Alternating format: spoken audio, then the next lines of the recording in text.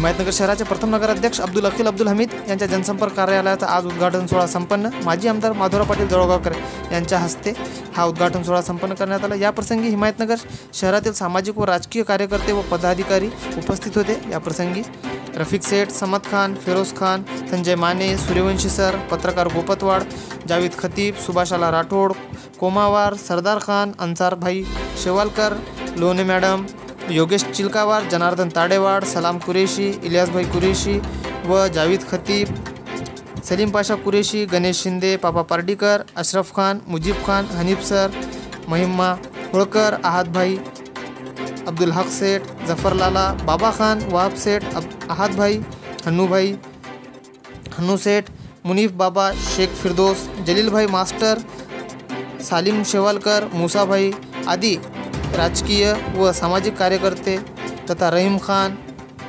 सादिक भाई हॉटेलमध्ये आपल्या सगळ्यांचं स्वागत आहे। हिमायतनगर शहरामध्ये प्रथम नगराध्यक्ष अब्दुल भाई यांच्या जनसंपर्क कार्यालयाचा उद्घाटन झाला। तरी आपल्यासोबत माधवराव पाटील जळगावकर माजी आमदार आहेत, त्यांच्याकडून जाणून घेऊया प्रतिक्रिया। तर एकंदरीत काय सांगणार, नवीन जनतेचं जनसंपर्क कार्यालय सुरू केलं? नवीन नाही, अब्दुल भाई आमचे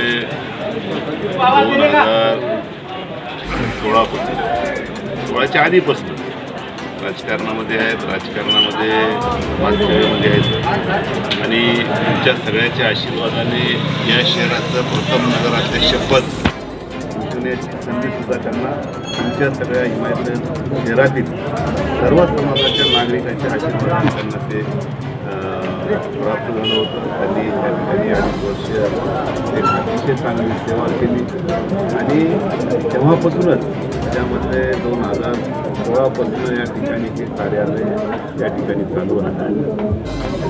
अखिल भाईच्या कामाच्या लोकांमध्ये जे समस्याचं निराकरण करण्याचे त्यांचं काम म्हणून लोकांच्या सुद्धा ओघ त्यांच्याकडनं अपेक्षा वाढल्या आणि त्यामुळे जे कार्यालय होते ते कार्यालय त्या ठिकाणी काम करण्यासाठी मला मात्र अपुरं पडत होतं।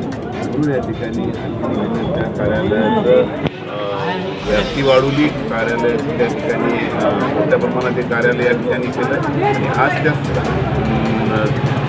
त्यांचे सेवा तर 15-16पासूनच चालू आहे। पण आज त्या कार्यालयाला कुठेतरी आपल्या जनतेला कुठेतरी कार्यकर्त्याला जागा कमी पडतो म्हणून त्या कार्यालयाची व्याप्ती वाढून त्या ठिकाणी कार्यालय या ठिकाणी स्थलांतरित केलं। आज त्या नवीन कार्यालयाचं स्थलांतरात जागी झाले, त्या कार्यालयाचं उद्घाटन झालं आणि आज या कार्यालयाच्या माध्यमातून ही सेवा 15-16पासून ते करत आहेत, त्याच्यापेक्षाही अजून ही सेवा सतत पुढे चालू राहील। या कार्यालयाच्या माध्यमातून आडल्या नडलेल्या या ठिकाणी गरजू जनतेचं या ठिकाणी समस्याचं निराकरण करण्यात। सर, एकंदरीत काही दिवसापूर्वी औरंगाबाद येथे निवडणूक आयोगाची बैठक संपन्न झाली। त्यामध्ये असं सांगण्यात येते की ऑक्टोबर आणि नोव्हेंबरमध्ये स्थानिक स्वराज्य संस्था आणि जिल्हा परिषदच्या निवडणुका होणार, त्याबद्दल काय? जिल्हा परिषदच्या निवडणुका, स्थानिक नगरपालिकेच्या निवडणुका या शासनाने गेल्या 3 म्हणजे माझ्या आता मध्ये निवडणूक जर झाली असती तर त्या टर्मचं सुद्धा टाईम संपत आला असता। पण हे हुकुमशाहीचं सरकार, आज हे सरकार कशा पद्धतीने काम करते मी सांगण्यापेक्षा तुम्ही सगळे सुशिक्षित मुलं आहेत, तुम्हाला त्याच्यामध्ये सगळं त्या ठिकाणी समाज समजायला। मला एवढंच सांगायचं आहे की स्थानिक नगरपालिका किंवा स्थानिक निवडणुका लागतील असं वर्तमानपत्राच्या माध्यमातून किंवा न्यूजच्या माध्यमातून किंवा निवडणूक आयोगाच्या म्हणण्यानुसार असं दिसून येते। पण मला तर निवडणूक लागे पण खरं वाटत नाही यांचं काय किंवा काय होईल, पण निवडणूक लागेल या अपेक्षेने आता आहे। अखिल भाईचं कार्यालय 15-16पासून चालू आहे। आता तुम्हाला सांगतो, निवडणूक 1 महिना 15 दिवस समजा लागली तोंडावर राहिली म्हणलं काही लोक कार्यालय अजून ओपन करतात की ते कार्यालय म्हणजे फक्त शोभेच्या वस्तू आहे, फक्त कार्यालय काढायचं आपलं इलेक्शन झाले दुकान बंद करायचं आणि तशा लोकांना कितपत लोकांनी त्या ठिकाणी त्या लोकांच्या पाठीमागच्या त्या लोकांना त्या ठिकाणी दाद द्यायची त्या जनतेने सुद्धा त्या ठिकाणी समजून घेतलं पाहिजे आणि सतत लोकांच्या सेवेमध्ये राहणाऱ्या लोकांच्या पाठीमागं त्यांच्या कार्यकर्त्यांच्या पाठीमागं राहावं अशीच हिमायतनगर शहरातील तालुक्यातील जनतेला आव्हान करतो। परत एकदा कार्यालयाच्या माध्यमातून आपल्याला शुभेच्छा।